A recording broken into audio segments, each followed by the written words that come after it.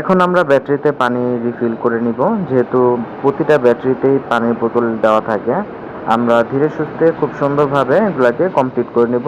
যেহেতু high low level এখানে দেওয়াই আছে, পর্যাপ্ত পরিমাণ পানি খুব সুন্দর করে ভরে নিলেই হয়ে যাবে। আপনারা দেখতেই পাচ্ছেন এই হচ্ছে অ্যাসিড পানি। অবশ্যই সতর্কতার সহিত এই কাজটা করতে হবে, কোনো কারণবশত হাতে এবং জামা কাপড়ে যেন না লাগে। তো ব্যাটারি পানি ভরার ক্ষেত্রে কিছু নিয়ম আছে। নিয়মটা হচ্ছে, এক চান্সে ব্যাটারিতে পানি ভরার পর এটার যে ক্যাপগুলো আছে, ক্যাপগুলো লাগানো যাবে না। কমসে কম 30 থেকে 1 ঘন্টা, 30 মিনিট থেকে 1 ঘন্টা এটাকে এভাবে রেখে দিতে হবে।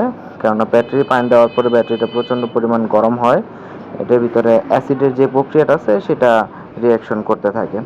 অবশ্যই খেয়াল রাখতে হবে, দক্ষতার সহিত কাজটা করতে হবে। আমরাও করতেছি। আপনাদের যে কোনো পরামর্শের জন্য আমাদের সাথে সরাসরি যোগাযোগ করতে পারেন। আমাদের ফোন নাম্বার সহ আমাদের ফেসবুকে মেসেজ করতে পারেন।